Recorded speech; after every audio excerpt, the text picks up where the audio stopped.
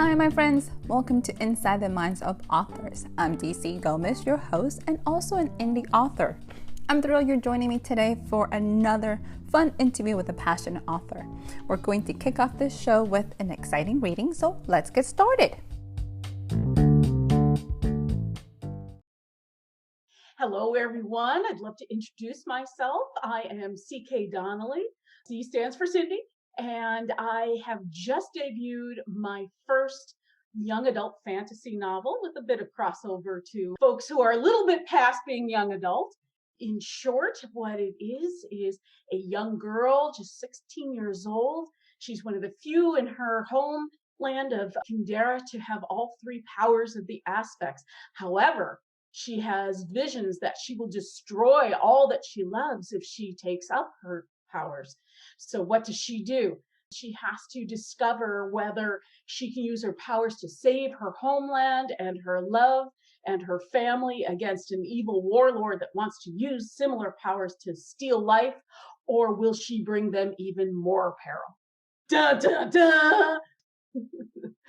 So that's what the book is about in a gist, the 30-second elevator pitch, and can actually read you a little bit.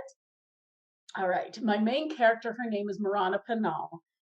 And in this short scene that we're going to read, she's questioning why she has this destiny. She wants so much to use her powers for good, but why does she have this horrible destiny that she foresees for herself? She sighed and looked up at the rafters. Why?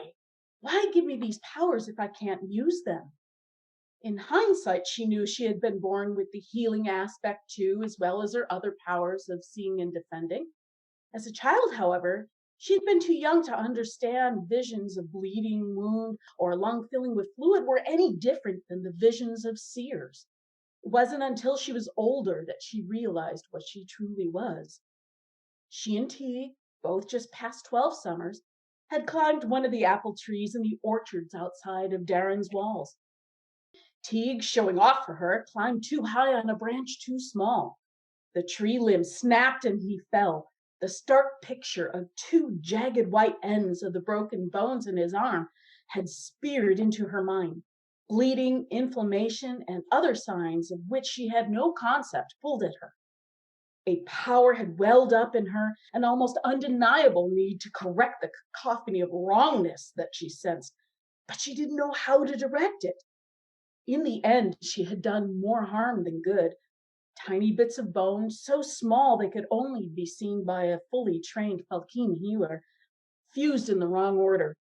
She had fainted from the ordeal, and Teague's parents had to re-break his arm to keep him from being maimed. The vision of Jassel's Keep came to her that night and forever changed her.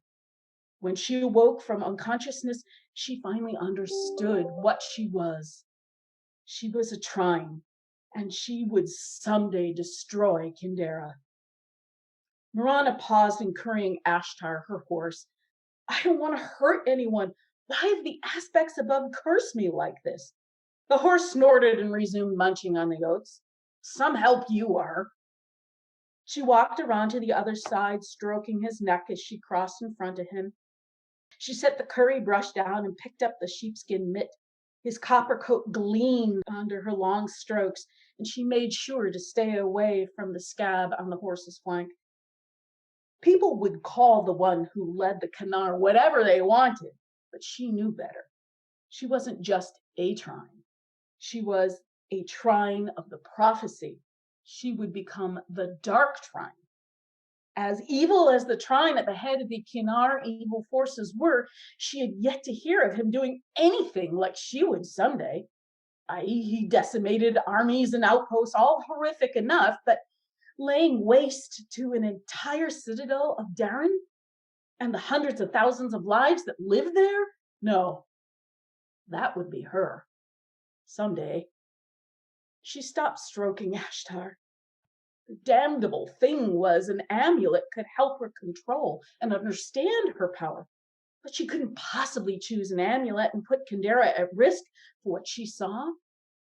How could she not choose an amulet and use her aspects when they might actually do some good, at least in the immediate present? Was that the only way to save Kindera's future? Is to refuse to choose an amulet and let horrible things happen now? Choose an amulet and risk all she loved. Not choose an amulet and turn back on all she loved. It was an impossible choice.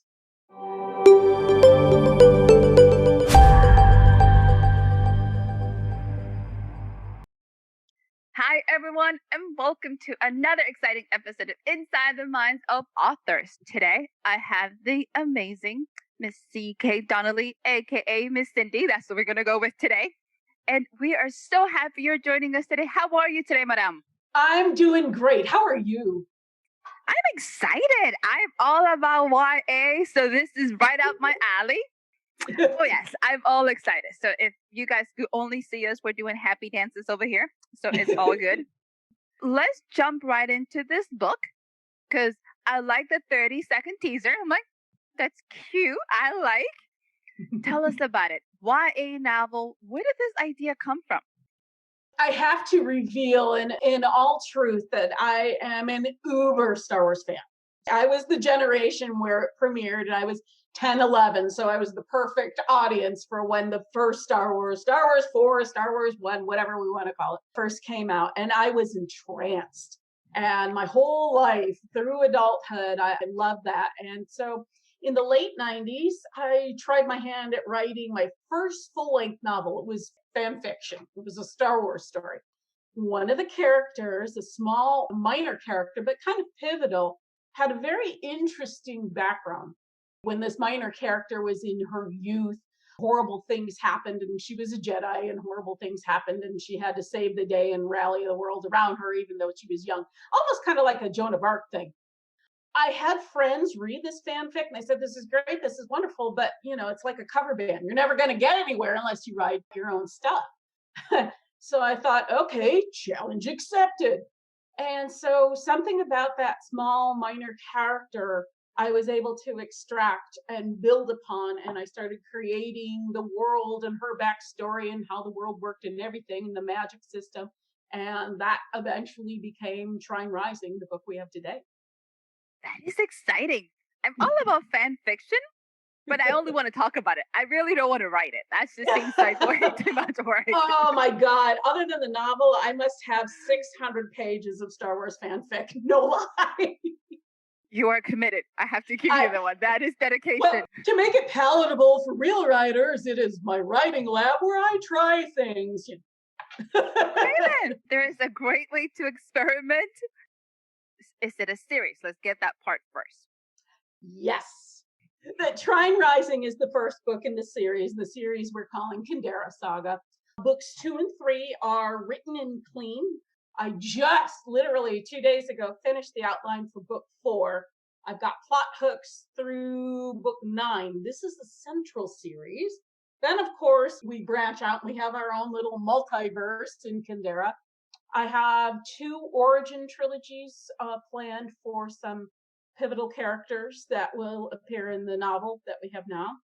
I plan a sequel series. I plan a graphic novel series with some really wonderful major minor characters who just don't get enough screen time, but I want to give it to them. Someday I hope we can even do computer games like World of Warcraft, only in my universe of Kindera. I'd love to get something together with Pandora, a jewelry line, because amulets are sort of their metaphysical connection. They augment their powers and they can use them as weapons or healing devices and that sort of thing. So I'd love to bring that about. So yeah, we've got lots of marketing ahead of us. Lots of writing. Woo! You have an entire universe already developed and extended in so many different levels. This is amazing. I love it. I love your passion for it, the excitement that you're bringing, and everything that you have created already that you see this universe expanding. So we're going to veer into the whole merchandise side because a lot of authors don't talk about it. And that's one thing that is huge in my bubble. I love it. I'm getting ready to jump into that side of the world. Tell us about it. You're looking at everything from video games to jewelry. How do you see your merchandise creating the experience for your readers?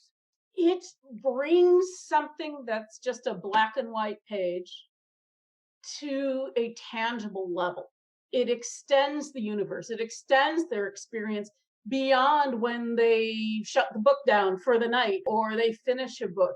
We all have those stories that we're so passionate about. We hated when we closed the cover. I don't want to leave this place. I don't want to leave this world. I don't want to leave these characters. I want to know 5 minutes what happens after the book starts and 5 minutes what happened before the book started. These are a way of connecting readers and frankly myself to the love of this universe that I hope that they will embrace. Because for me, it's just, it has that breadth and depth. I can see that. I can't wait till people start writing their own fanfic based on my universe. I think it's wonderful. And marketing, merchandising certainly adds to that experience. It creates a dimension that everybody wants to touch it and it becomes real. Exactly. Whew. And connect. I mean, their own ways. Oh, what amulet did you get and why? All that. You're thinking so far ahead of the game that some people are not even prepared for this, which is amazing. You're looking at a YA audience. What age range for the YA? Because YA can vary so differently. Are we looking high school? Which one are you looking at? I like to say this book is for 15 years old on up. A lot of folks, myself included, we read some of the more mature YA books. We love it. I think it's perfect for adults because there's actually 4 point-of-view voices or 4 kind of characters that we see the story unfolding from, for those of you that aren't writers. And 2 of those voices are adults, and 2, of course, are teenagers. It's Marana and her boyfriend, her love of her life, Teague, and they're both 16. So you get a variety of viewpoints.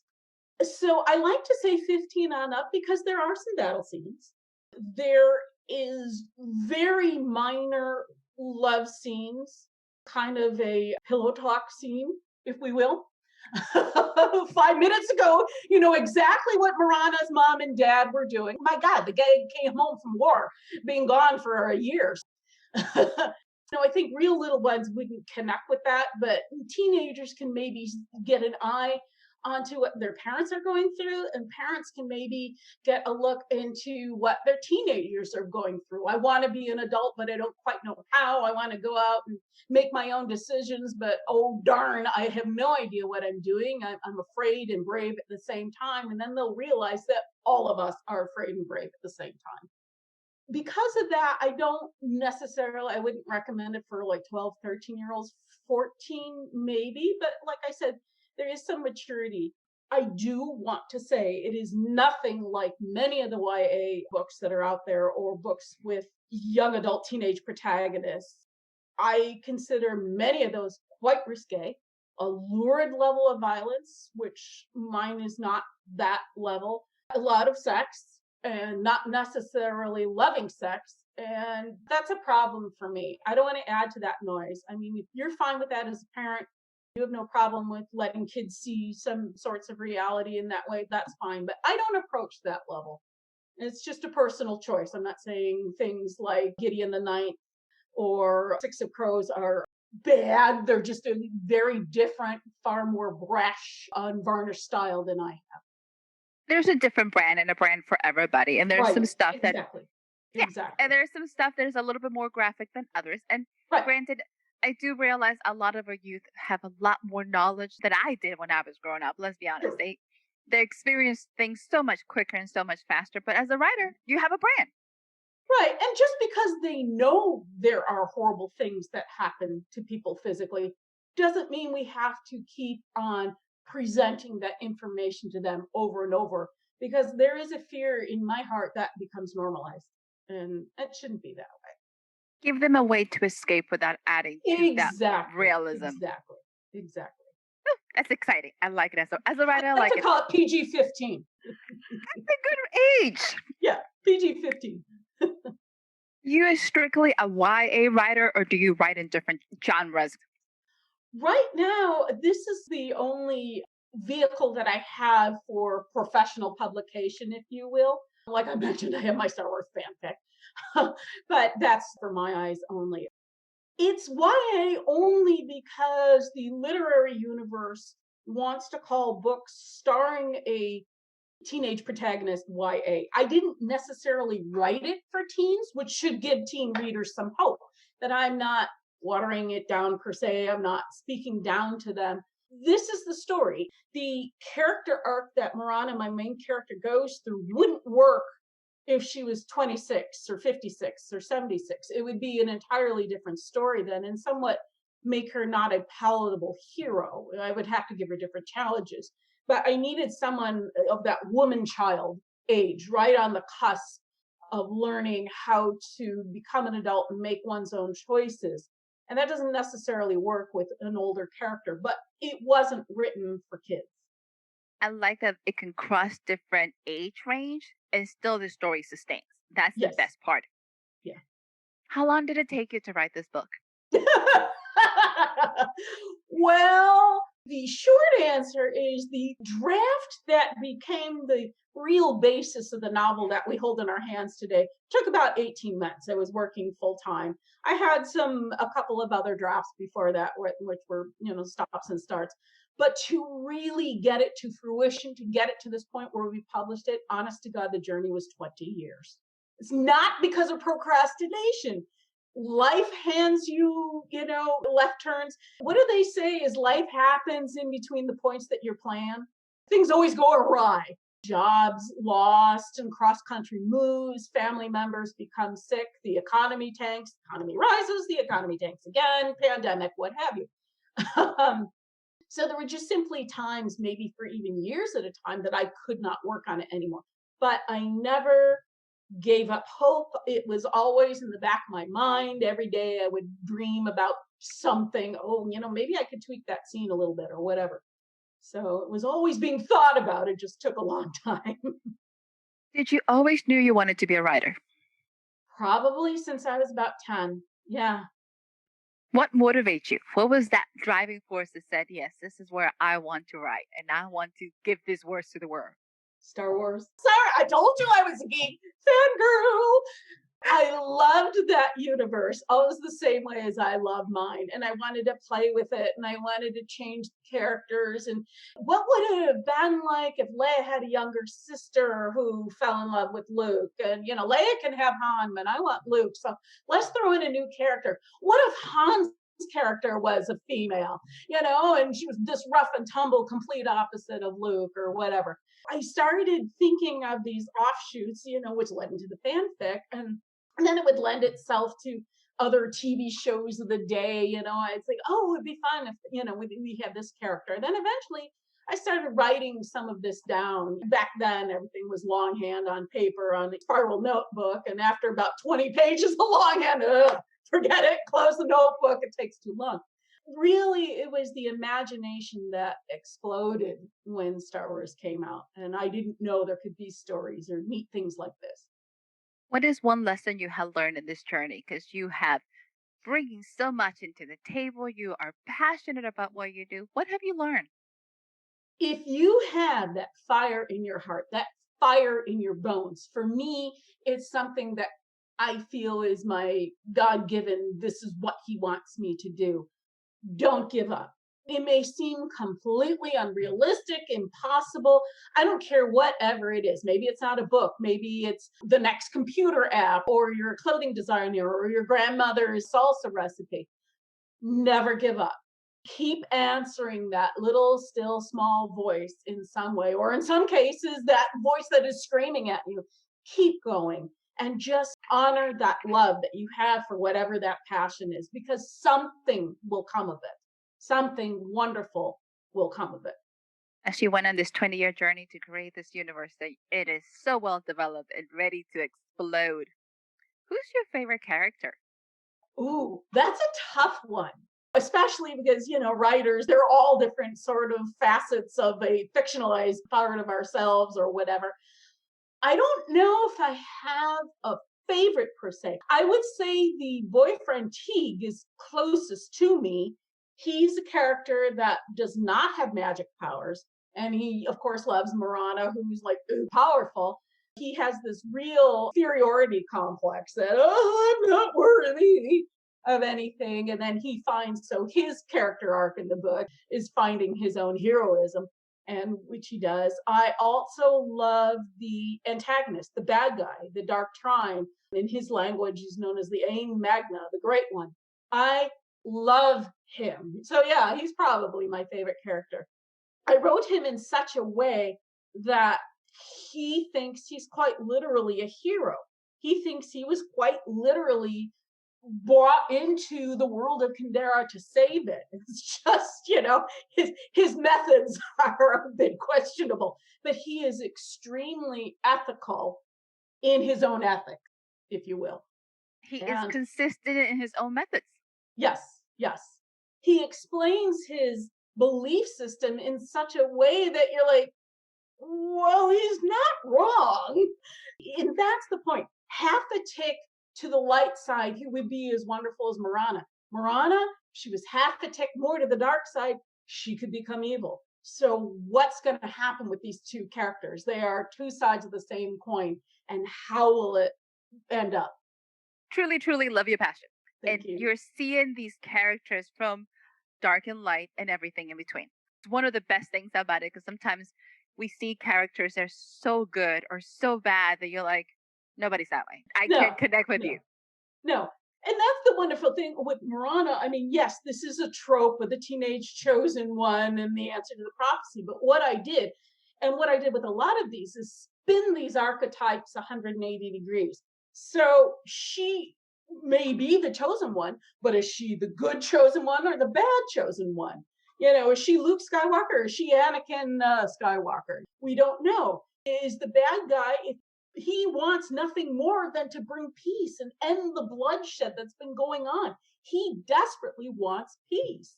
And he thinks he's got the way to do it and will bring Kandera into this glorious new age. And in some of his thoughts, it's really not bad what he's talking about. How is this going to happen? So I'm showing the light within the evil character and the darkness within the hero character. Layers are exciting, and it brings a different dimension. It's a literary lasagna. Oh, it's awesome. Where did you get your ideas for your plots? Where do they come from? Like I said, originally it was backstory from the Star Wars fanfic.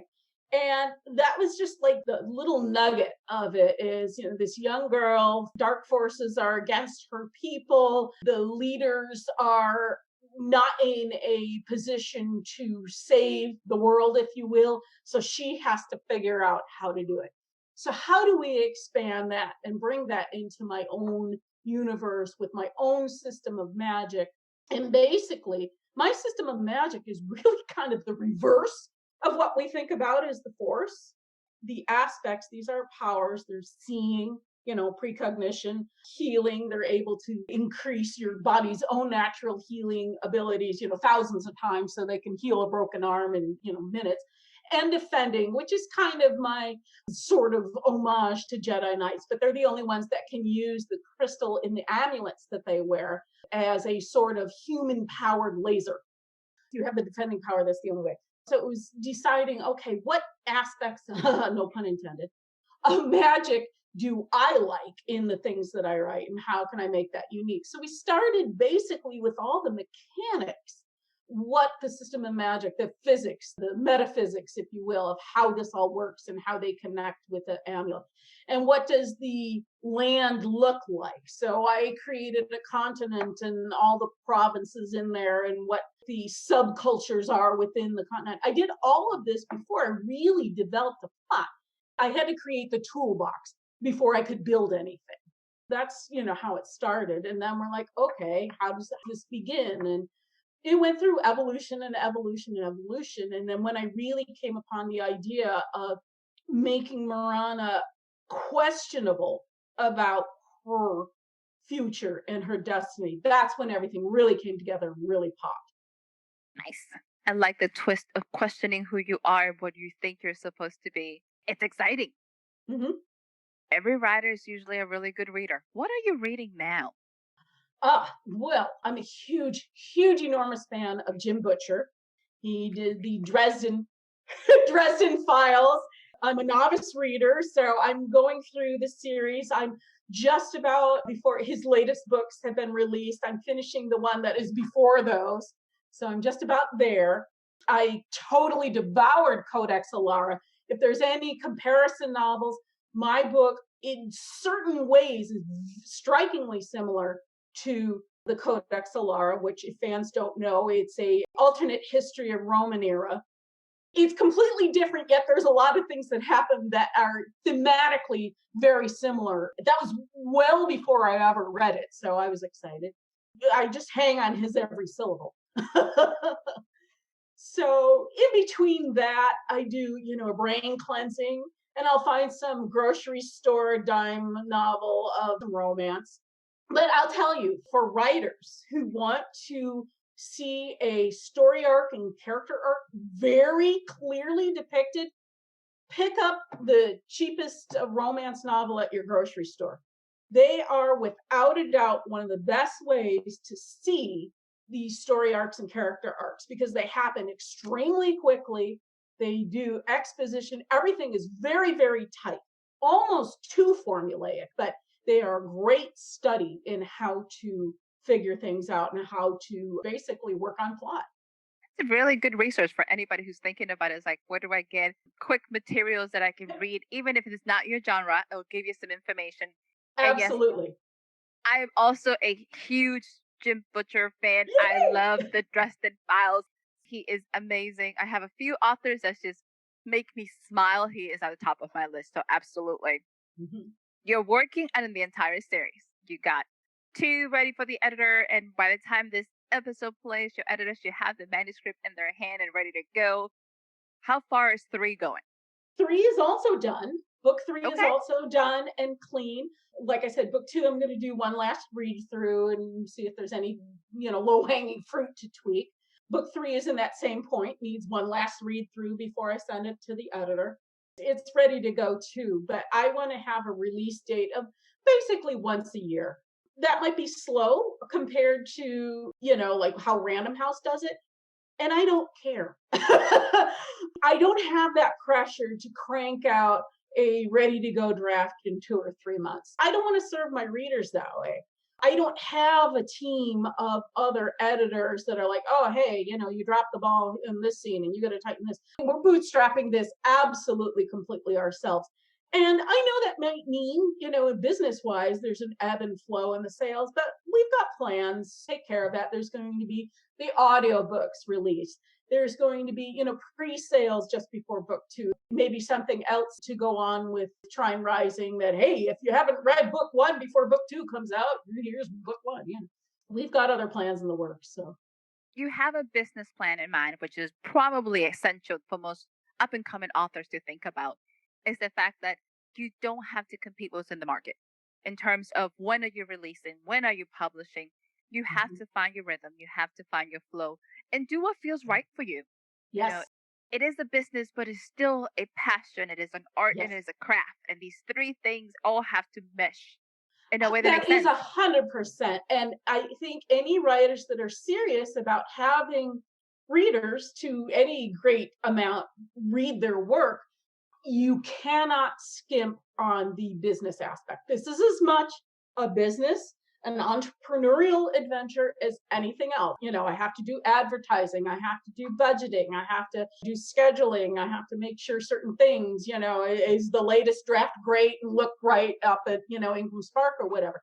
As much as it is daydreaming, oh, I have to pants this next scene because I don't know what Marana's going to do. Those things are important, but they're equally important. Do not shirk on the business end. It is part of what it makes this, especially if you're trying to do this as a business and as a career, you have to take it seriously. It is a business 100%.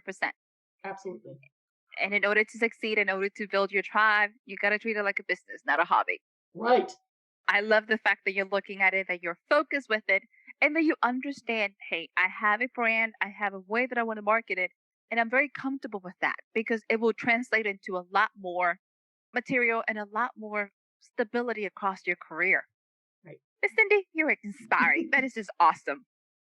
Thanks. So, Madame, tell us, where can we find the book? Where can we find you? Where is everything available? Tell us. Best place, of course, our home point, which is the website, ckdonnelly.com. Very easy. Everything's up there. I try and keep it as up to date as possible with events, media appearances and all that. I'm very active on Facebook, Twitter, and Instagram. And those handles are CK Donnelly Trine across all three. I try and be out there as much as I can on social media. I really want, I'm going to lay it out there. Okay, DC, I'm going to lay it. I want you people to follow me. Please come and play with me. Follow me and let's talk. Tell me, even if you haven't read the book yet, come on in.